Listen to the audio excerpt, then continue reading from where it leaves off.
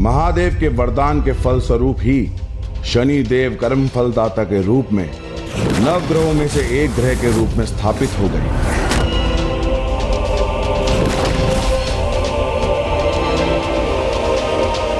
मुझे स्वयं महादेव ने कर्म फल के आधार पर दंडाधिकारी नियुक्त किया है।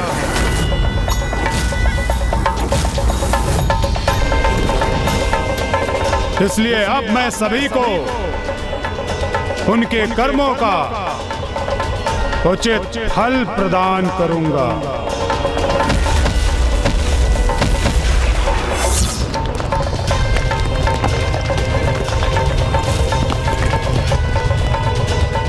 और अब उन्होंने पूर्ण निष्ठा से अपना कार्य आरंभ किया, जिसके लिए समस्त ब्रह्मांड पर उनकी दृष्टि थी। और फिर प्रभु शिव शंकर शंभु से शनि देव को प्राप्त इस उपाधि, इस वरदान ने ही प्रभु पिपलाद के अवतार के लिए अभिशाप का रूप धारण कर लिया। हाँ लंकेश, पूर्व में आपने मुझे बताया था कि कैसे शिशु रूप में प्रभु पिपलाद अपनी माता द्वारा ही त्याग दिए गए। ये कैसा कुप्रभाव हुआ था शनिदेव की दृष्टि का कि एक माता अपने ही नवजात शिशु से दूर होने पर विवश हो गई। और फिर प्रभु पिपलाद के पिता उस समय कहाँ थे? क्या नाम था उनका? उनके पिता ब्रह्मदेव के परपौत्र महिषी दधीची थे, जो प्रभु महादेव शिव शंकर शंभु के महाभक्त भी थे। कर्पूर गौरम करुणावतारम संसार सारम भुजगेंद्रहारम सदा वसंतम हृदयारविंदे भवम भवामी सहितम नमामि। कर्पूर गौरम करुणावतारम संसार सारम भुजगेंद्रहारम सदा वसंतम हृदयारविंदे भवम भवामी सहितम नमामि।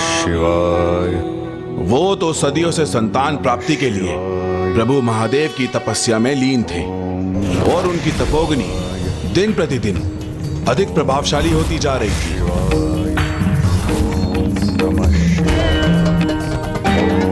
नमः शिवाय।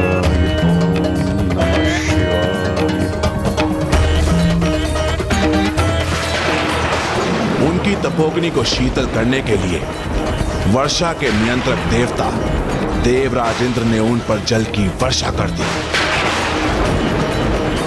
ओम नमः शिवाय। ओम नमः शिवाय। ओम नमः शिवाय।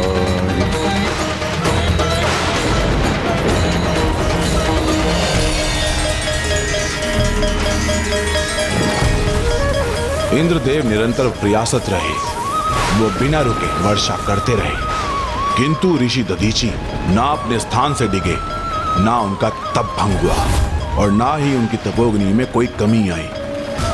और जब इस प्रकार निरंतर वर्षा होती रही तो सभी जलाशयों में जल की मात्रा बढ़ने से बाढ़ की स्थिति उत्पन्न हो गई, और शीघ्र ही एक अत्यंत विशाल एवं वेगवान जल प्रवाह ऋषि दधीची की ओर बढ़ने लगा। किंतु प्रभु महादेव का शिवलिंग मध्य में आने के कारण ही उस महाजल वेग का सीधा प्रभाव ऋषि दधीची पर नहीं हुआ, और वे उस महासंकट से सुरक्षित रहे।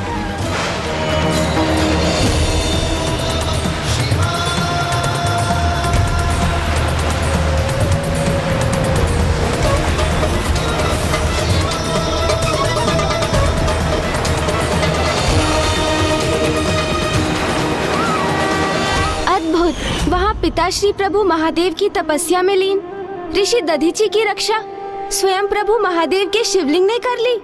हाँ, किंतु स्वयं शिवलिंग पर जल का प्रभाव हो रहा था, क्योंकि एक ओर जल के प्रभाव के कारण शिवलिंग का आधार भूमि से विलग हो गया था, और उधर से दूसरी ओर ऊपरी दिशा से इस तीव्र जल प्रवाह के साथ विशाल शिला शिवलिंग की ओर बढ़ रही थी।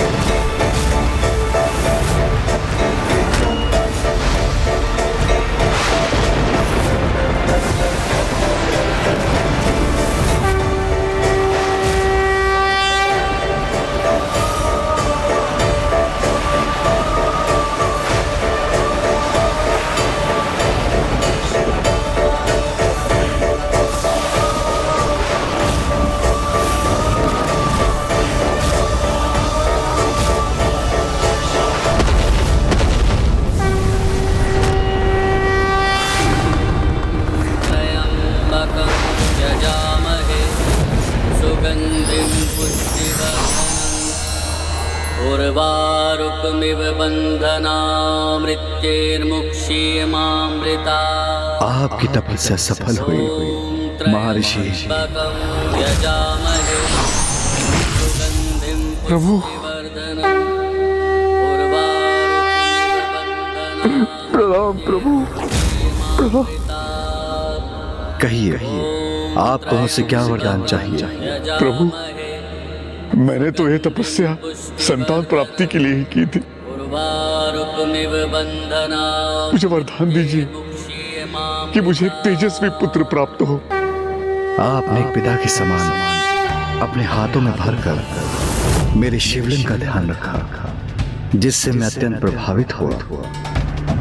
इसलिए मैं आपको वरदान देता हूँ कि मैं स्वयं आपके पुत्र के रूप में प्रकट होऊंगा, कि मैं स्वयं आपके पुत्र के रूप में प्रकट होऊंगा, कि मैं स्वयं आपके पुत्र के रूप में प्रकट होऊंगा। धन्यवाद प्रभु, बहुत बहुत धन्यवाद।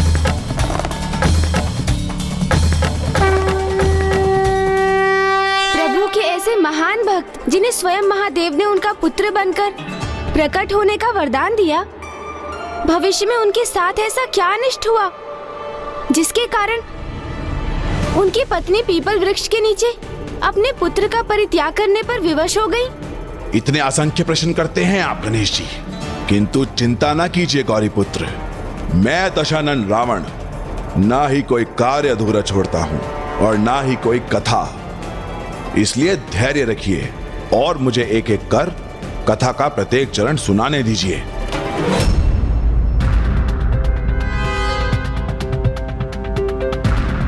अति उत्तम।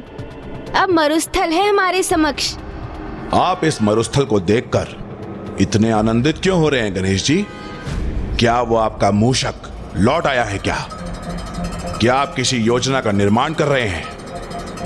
क्या है आपके मन में? लंकेश जी, आप तो मुझसे भी अधिक प्रश्न करने लगे। प्रतीत होता है आप पर भी मेरी संगति का प्रभाव हो रहा है। मेरे प्रश्न को टालिए मत। जितना पूछा है उसका उत्तर दीजिए। आप व्यर्थ ही संदेह कर रहे हैं मुझ पर। आप अपना ध्यान कहीं मत भटकने दीजिए, कथा पर ही उसे केंद्रित रखिए। और जहाँ तक मेरा प्रश्न है, मैं तो अभी भी अपने बाल स्वरूप में ही हूँ ना, तो प्रत्येक नवीन दृश्य को देखकर उत्सुक और आनंदित हो उठता हूँ। इसलिए इस मरुस्थल को देखकर भी अचंभित हो गया। अब शीघ्र आगे बढ़िए, ताकि आज हम सूर्यास्त की पूर्व ही समय पर सकुशल लंका पहुंच सकें। चतुर गणेशा।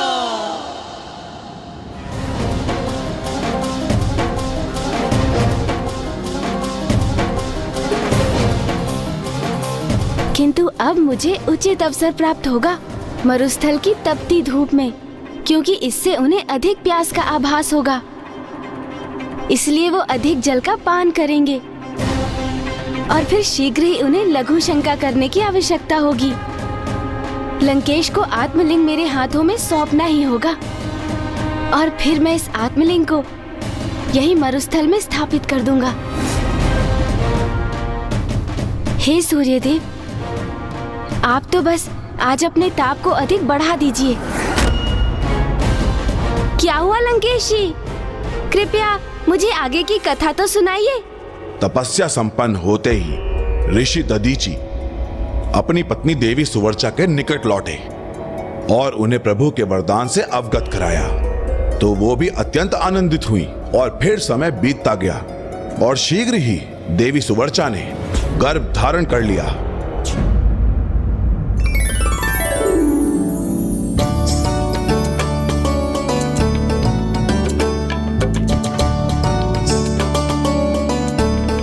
आपको इतनी कष्ट करने की क्या आवश्यकता थी स्वामी?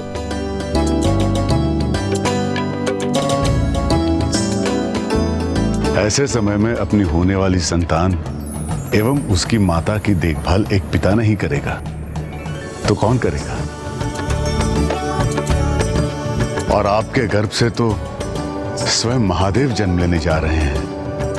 उनकी सेवा से पीछे कैसे हट सकता हूं मैं? अर्थात आप इतनी सेवा मेरी नहीं उनकी कर रहे हैं।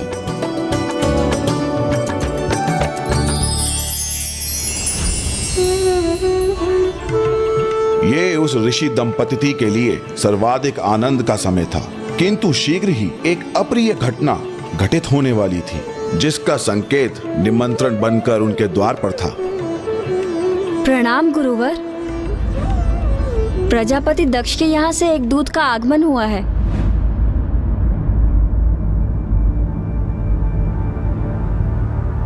उन्हें यहां बुला लाइए।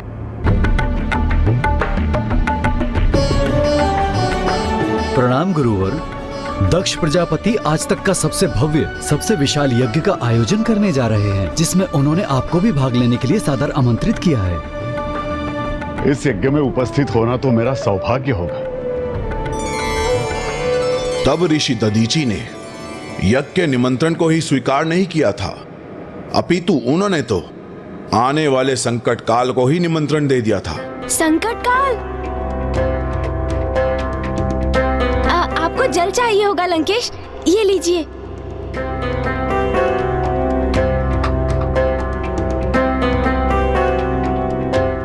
मुझे आशा है अब मेरी युक्ति अवश्य सफल होगी।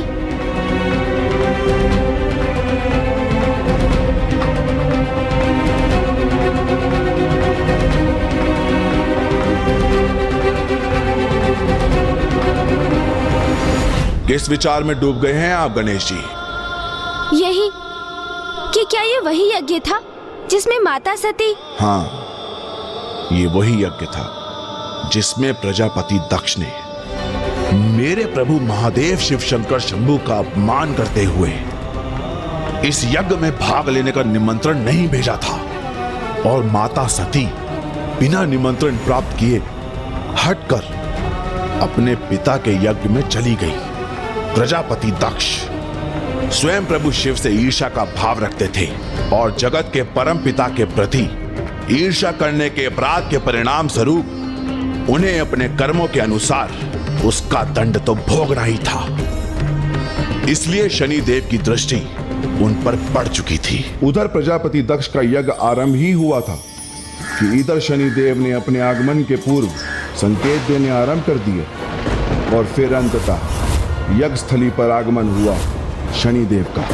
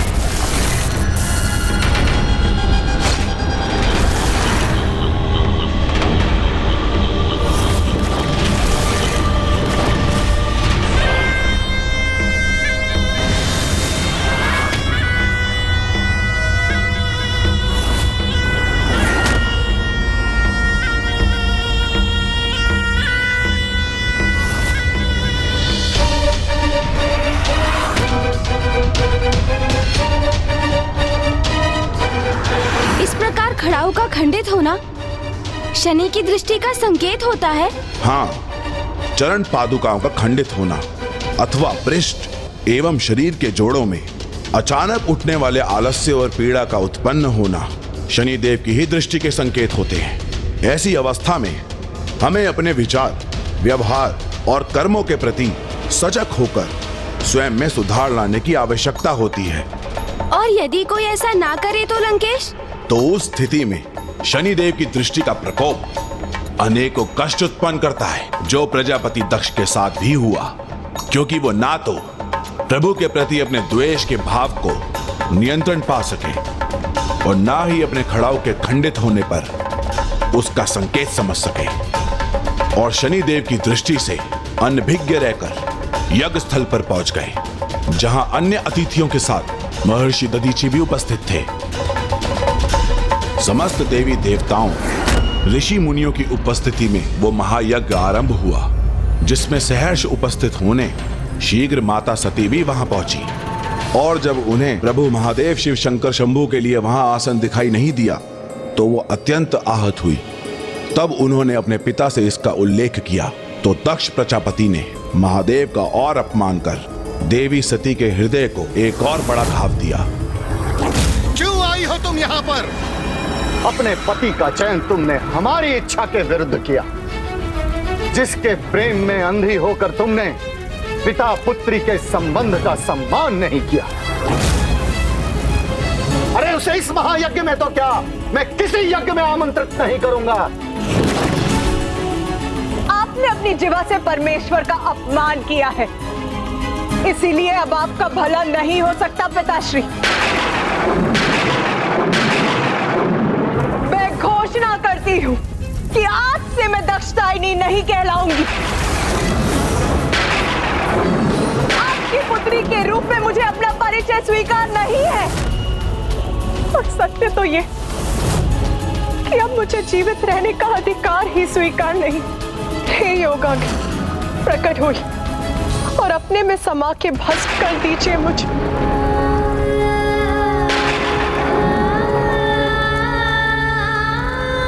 प्रजापति दक्ष के यज्ञ की समाप्ति तक किसी भी अतिथि को यहां से जाने की अनुमति नहीं है। अब इस यज्ञ में कौन रुकना चाहेगा? इस यज्ञ में मैं उपस्थित नहीं रह सकता। जहां अनेकों देवता देवी सती के आत्मदाह के पश्चात भी यज्ञ में बने रहे, वहीं ऋषि दधीचि ने तत्काल अपने इष्ट प्रभु महादेव के अपमान का विरोध किया।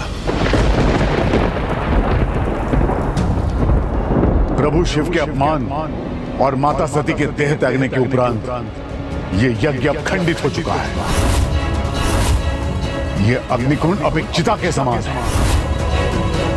इस यज्ञ से अब कल्याण नहीं, मात्र और मात्र विनाश होगा।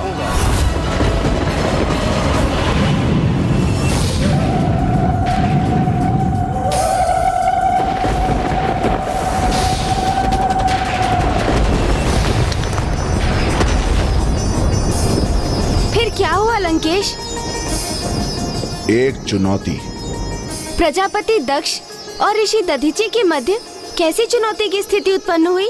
नहीं, हे गौरी पुत्र, ये चुनौती ऋषि दधीचि और शनिदेव के मध्य स्थिर हुई थी।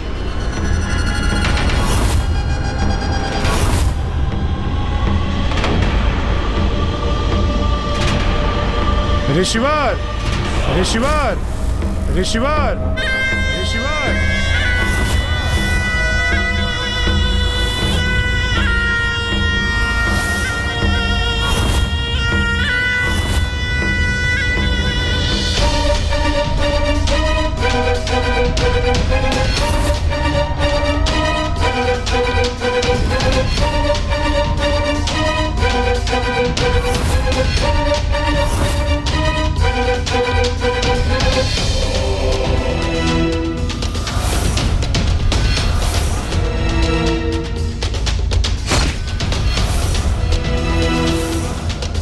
अर्थात ये सब आपके ही कारण हुआ है।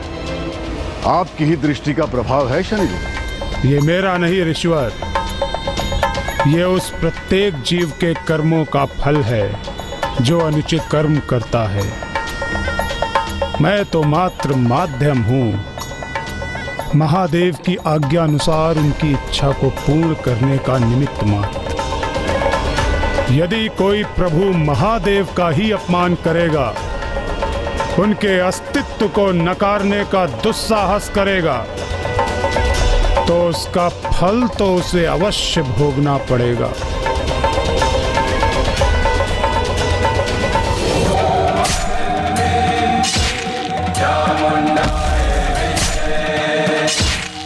ये तो अभी आरंभ मात्र है।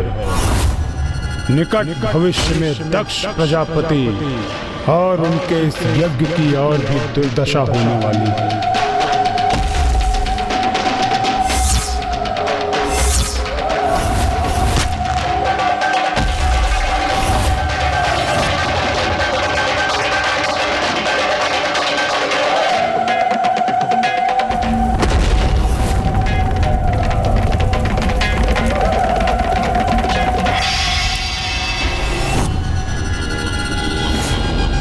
आप इतने निष्ठुर इतने कठोर कैसे हो सकते हैं? ऋषिवर, मैंने आपसे पूर्व में ही कहा कि आप मुझे दोष मत दीजिए। मैं तो महादेव की इच्छा का निमित्त मात्र हूँ।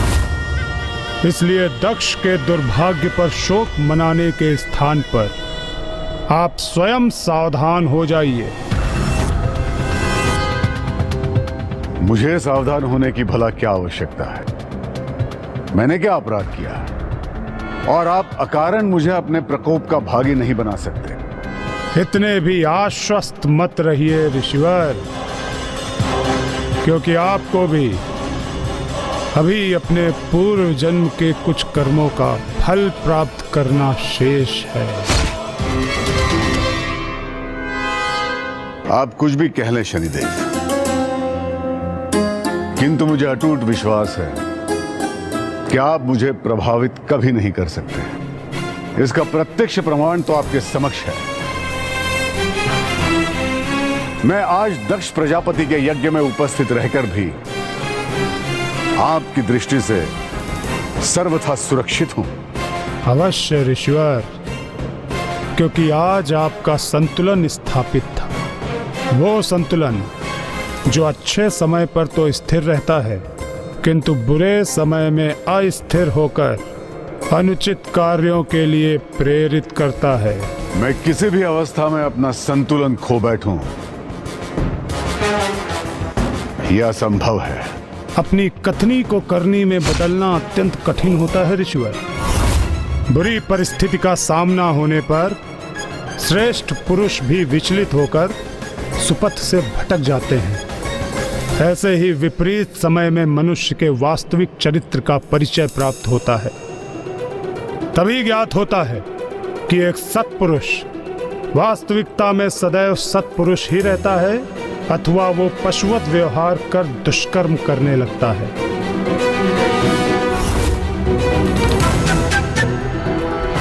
जब किसी पर मेरी दृष्टि पड़ती है ऋषिवर, तो वो अपनी भूल सुधारने के स्थान पर और अधिक अनुचित कर्म करने लगता है, और उसके अपराधों की अति होने पर उसका भयानक अंत निश्चित है।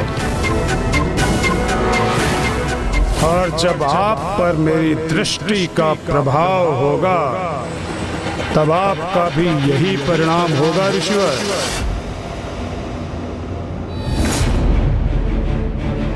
मुझे स्वयं पर पूरा विश्वास है कि किसी भी स्थिति में मेरा आचरण सदैव शुद्ध ही रहेगा। मैं कभी भी विचलित नहीं हो जाऊंगा। यदि दुर्भाग्य की छाया मुझ पर पड़ भी गई, तो भी मैं धर्म पथ से दूर नहीं हूं। इसीलिए आपका मुझे सावधान करना व्यर्थ है। आप मुझे चुनौती दे रहे हैं ऋषिवर। हाँ शनिदेव, इसे आप मेरी चुनौती ही समझ।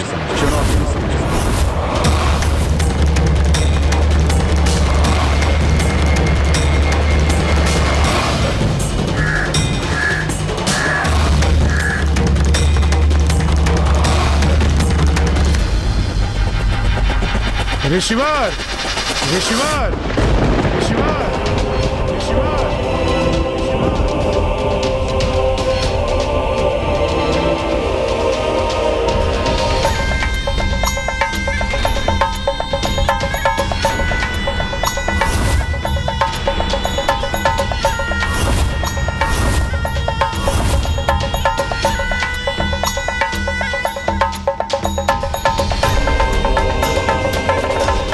आपने शनिदेव की दृष्टि को चुनौती दी है ऋषिवर। इसका परिणाम तो आपको भोगना ही होगा।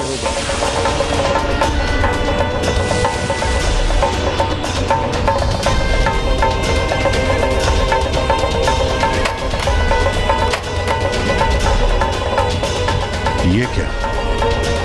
आश्रम का द्वार खंडित हो गया? ऋषिवर, ये मात्र प्रथम संकेत है मेरी दृष्टि के प्रभाव का। यदि ये शनिदेव की दृष्टि के प्रकोप का आरंभ है, तो मुझे तनिक भी विचलित हुए बिना अपने संपूर्ण आत्मबल से उसका सामना करना चाहिए।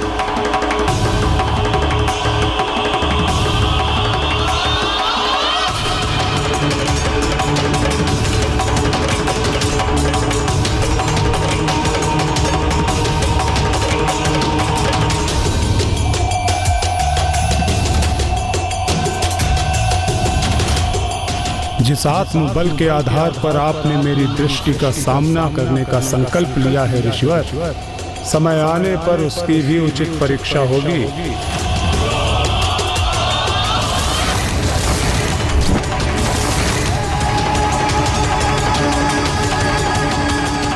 आश्चर्य! जिस ग्रह में स्वयं महादेव जन्म लेके प्रकट होने वाले थे, वो महान शिव भक्त भी शनिदेव की दृष्टि से नहीं बच सके। हाँ गौरी पुत्र, शनिदेव की दृष्टि सभी सीमाओं और किसी प्रकार के नियंत्रण से परे थी, और शनिदेव की दृष्टि जिस पर पड़नी होती थी पड़कर ही रहती थी। और इसी क्रम में देवराज इंद्र पर भी शनिदेव का प्रभाव होने ही वाला था। इंद्रदेव पर? देवराज इंद्र को शक्ति की बड़ी ही लालसा थी, और उन्होंने अहंकार में आके दंडनीय अपराध भी किए थे, और शनिदेव की दृष्टि उन पर पड़ने ही वाली थी। और इसी कारण देवराज इंद्र और ऋषि दधीचि एक दूसरे से बंधे हुए थे, और देवराज इंद्र के कर्म उन्हें ऋषि दधीचि के भविष्य से जोड़ने वाले थे। अर्थात देवराज इंद्र और ऋषि दधीचि पर एक साथ शनिदेव की दृष्टि का प्रकोप पड़ना कोई संयोग नहीं था, कोई गहरा संबंध था। हाँ, और ये जुड़ाव दो चरणों में प्रकट होने वाला था। प्रथम था शनिदेव की दृष्टि का देवराज इंद्र पर पड़ना, और द्वितीय था उनकी दृष्टि के प्रभाव से देवराज इंद्र से एक बड़ी भूल के उपरांत ऋषि दधीचि के समीप पहुंचे। किंतु देवता होने के उपरांत भी क्या इंद्रदेव शनिदेव की दृष्टि से नहीं बच सके? शनिदेव की दृष्टि से कोई सुरक्षित नहीं। जिस तरह समय से कोई छिप नहीं सकता, मृत्यु को कोई छल नहीं सकता, उसी तरह शनिदेव की दृष्टि से कोई नहीं बच सकता, चाहे वो मनुष्य हो, असुर हो, या स्वयं भगवान ही क्यों ना हो।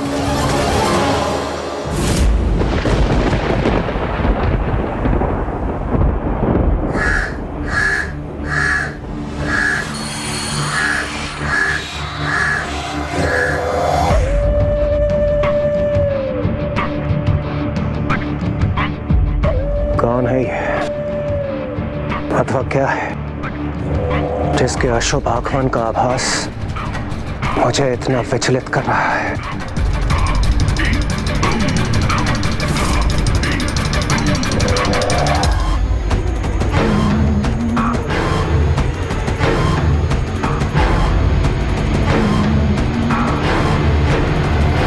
कुछ कर्मों का लेखा जोखा तो अभी आपको भी देना शेष है देवराज, इसलिए मैं शनिदेव आप पर अपनी दृष्टि डालने आ रहा हूँ, और मुझे विश्वास है देवराज होने के नाते आप अपने कर्मों का संतुलन स्थापित करने के लिए तत्पर होंगे और मेरी दृष्टि को सहेंगे। सावधान देवराज, स्वर्ग के निकट पहुंच चुका हूं मैं, और मेरी दृष्टि के लक्ष्य आप हैं।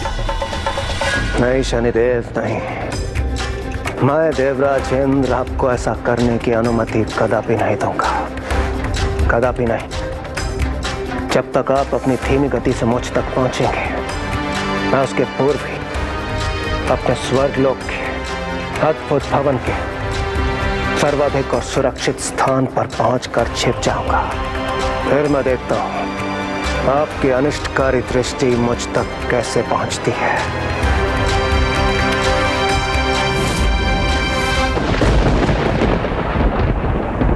शनिदेव हर किसी को उसके कर्मों का फल देते हैं, किंतु उनकी यही कर्तव्य परायणता एक पिता बनने को तरस रहे एक ऋषि एवं एक अजन्मे शिशु के लिए दंड बनने वाली थी। प्रभु भोलेनाथ के आने वाले अवतार की कथा का दुखद कारण बनने जा रही थी। उधर प्रजापति दक्ष का यज्ञ आरंभ ही हुआ था। इधर शनिदेव ने अपने आगमन के पूर्व संकेत देने आरंभ कर दिए। ऋषि दधीची और इंद्रदेव दोनों के जीवन पर शनिदेव की दृष्टि का ऐसा क्या कुप्रभाव पड़ा होगा कि जिसके परिणाम स्वरूप प्रभु पिपलाद का जीवन ही प्रभावित हो गया।